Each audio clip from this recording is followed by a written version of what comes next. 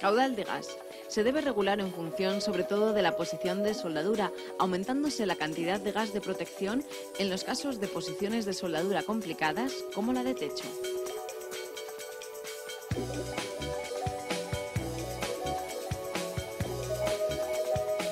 La regulación de la máquina de soldadura se debe hacer siempre con el objeto de lograr un arco estable, existiendo una relación entre las características de la fuente de alimentación y las del arco.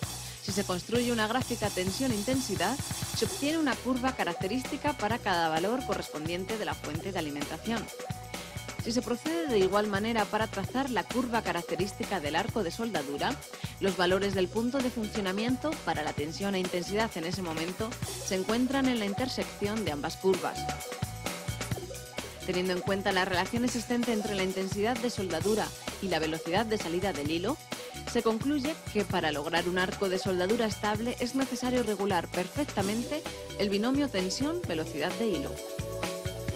Si durante la soldadura se aumenta la velocidad de hilo por encima de los valores para los que, con una cierta tensión, el arco es estable, el soldador apreciará cómo el calor generado no es suficiente para fundir el material de aportación y el hilo golpea contra las piezas a unir.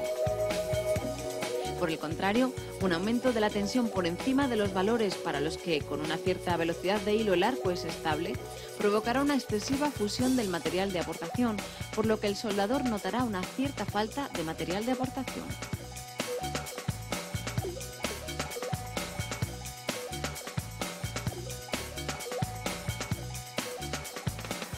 Al realizar un proceso de soldeo, el operario solo se podrá guiar para lograr una soldadura de calidad del propio sonido de la soldadura, de las características del arco y del aspecto final del cordón.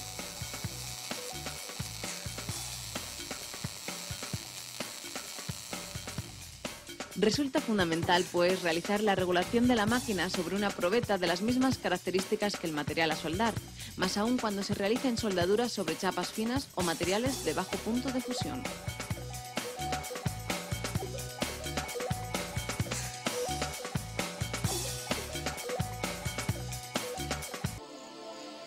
Tres son los tipos de unión por soldadura que se emplean en la reparación de carrocerías, siendo necesario regular la máquina en función de cada caso. Soldadura mediante cordón discontinuo.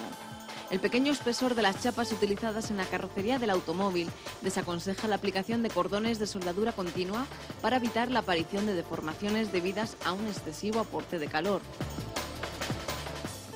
Se recurre así a la aplicación de cordones de mayor o menor longitud de forma discontinua, correspondiendo a cada tiempo de soldadura un tiempo de enfriamiento, que se puede aportar de forma manual o automática utilizando los temporizadores de la máquina. De esta manera, además, se obtienen las ventajas que aporta la consecución de un baño de gas protector de forma continuada. Este tipo de soldadura se puede realizar de dos maneras diferentes, bien con tensiones y velocidades de salida del hilo pequeñas y tiempos de soldadura altos, o bien con tensiones de soldadura y velocidades de soldeo altas y tiempos de soldadura pequeños. En este caso, los cordones presentan un mejor aspecto al limitar la cantidad de calor aportado.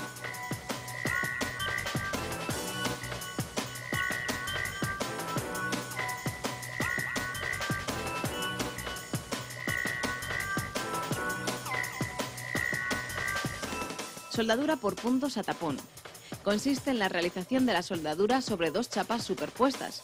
Una de ellas habrá sido previamente perforada con un taladro de diámetro adaptado al material. La soldadura por puntos a tapón es la alternativa a la soldadura por puntos de resistencia en aquellas zonas a las que no se tiene acceso por las dos caras de la pieza. Para su ejecución, se recurrirá a tensiones de trabajo medias y tiempos de soldadura suficientemente altos para rellenar el taladro.